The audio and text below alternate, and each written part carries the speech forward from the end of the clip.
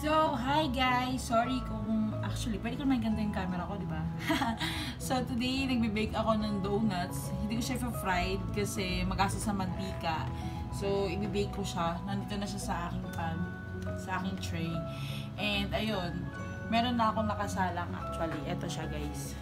Ayun siya. Pero ibang style naman to. Parang Boston cream. Tapos meron siyang butas sa gitna. Ayan, luto na siguro to. Ayan siya guys. So, i-dip ko lang din yan sa chocolate. Lalagyan ko siya ng filling. And that's it. So, eto naman kasi donut glaze. So, gagawin ko lang siya ng what do you call this one? Sugar glaze. Ayan. Tumunog na yung oven ko. Meaning to say, luto na siya. Ayan. So, waiting na lang ako. Double check ko later. And then, ipoproof ko lang muna to para ayun. Maya-maya sasalang ko na siya ulit. Mga 20 to 30 minutes ko siya sasalang and then ayun na.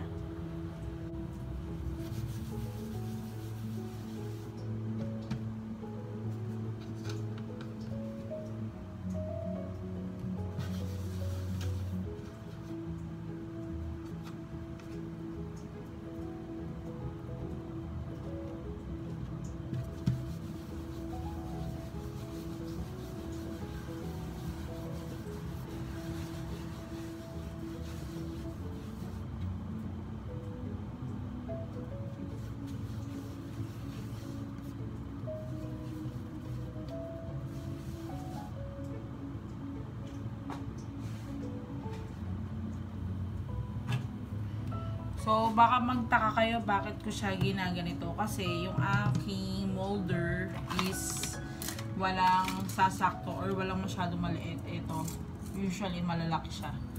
Ito siya guys. So, kung nakikita nyo siya sa camera. So, hindi siya akma. So, ang ginawa ko, mano-mano. Pero ang cute niya kasi parang nakaka-release ng tension. Pak! Diba? Literal na baker.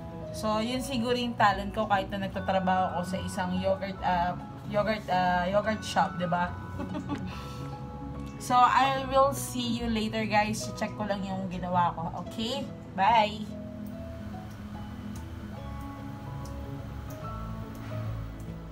So, ito siya pinutol ko and sarap!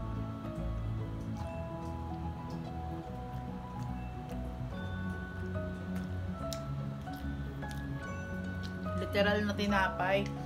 Kaya lang, dapat pala, ang technique, kung gusto mo ng ganito lang na plain as in literal na bread na plain lang siya, dapat, ano siya, medyo tamisan mo o dagdagan mo yung sugar. Kasi yung nilagay kong sugar dito is, actually, 40 grams lang yung sinabi, pero nilagay ko is 70 grams. Parang half na lambot. And, luto siya for 20 minutes. Parang siyang putok. Ayun, no? Kaya lang dapat ilalagay mo siya sa gitna ng oven para hindi siya may gato. Wala siya sunog.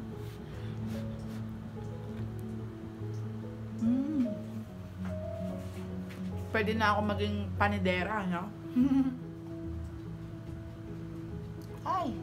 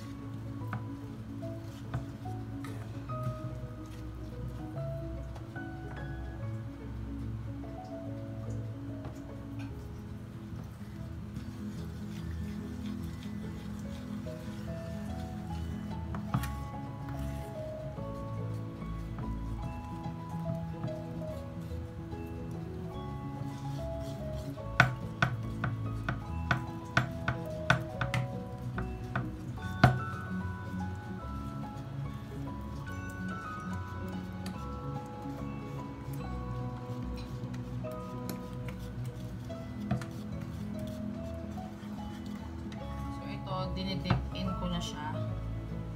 Pero yung ilalim hindi. Para hindi masyadong matamis.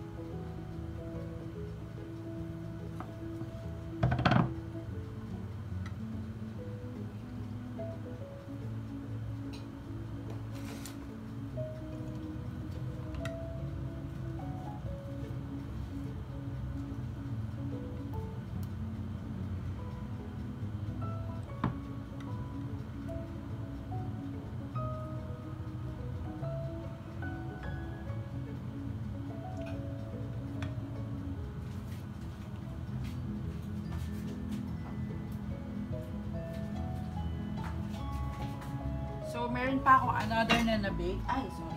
Meron na naman akong another na na-bake. And, I decided to make another flavor, which is pistachio flavor. Pero more on milk to and sugar glaze. Hindi ko kasi masyadong trip ang pistachio. So, ito siya guys. Didip ko lang siya ulit. And then, that's it. Wait until dry. And later on, pwede na siyang i-serve. Wala na siyang feeling sa loob. Kasi, ang init pa. Ito lang siya. Yan. So, ito-dry up ko lang siya ganyan. Parang yun na yung pinaka-feeling niya. Ayan o. Kita ba? Ayan siya. Para siyang green apple. Cute, diba?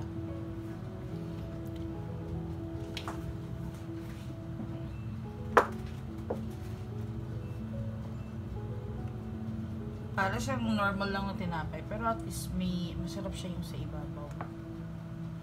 Masarap siya pambaon, diba? Ang init. Pwede naman siyang i-dip ng malamig. Kaya lang, mas kumakapit kasi siya pag mainit. At least siya talagang masasabi mong bagong luto. Init. Ayun siya, guys. Parang kung nakikita nyo. Ayan.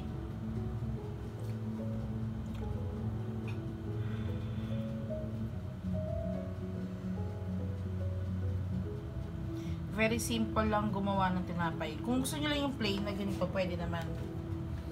Yun. By the way, etong sangkala na to exclusively used lang sa pagbibigot pa. Hindi ko to ginagamit sa paghiwa ng mga karne, isda, or whatsoever. Meron kaming separate na mga tools para dyan. Don't worry. This is bacteria, not bacteria, virus free.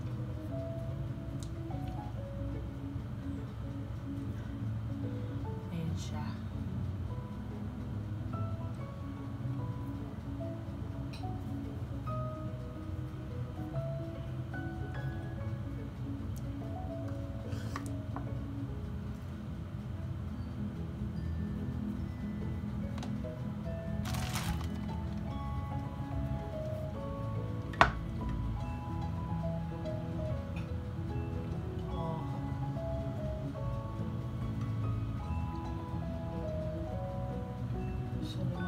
I'm not sure if it's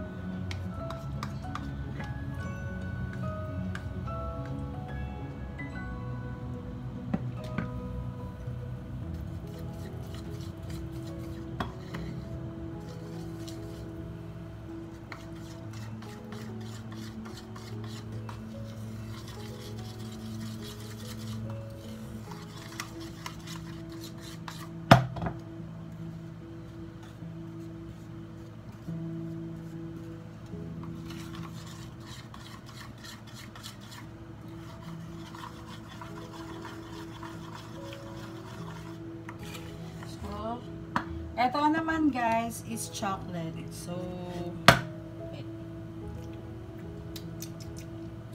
sarap.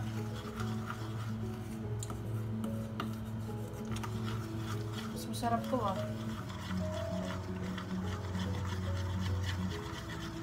Kaso, mas lasa yung ano. Dagdagan natin ng chocolate.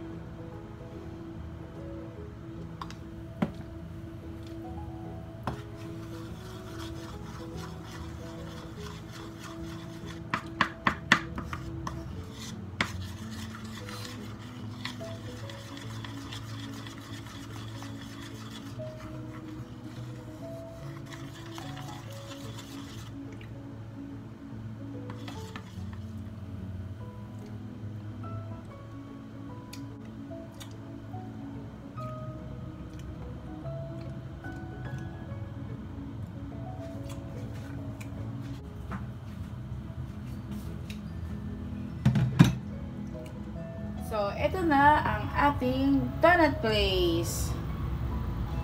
So, pagpasensyahan nyo na kung hindi siya ganon kaganda. Pero, first attempt. Hindi kasi ako marunong gumawa ng donut. Or baka wala lang akong cookie cutter. Donut cutter. So, ganito. Sarap. Diba?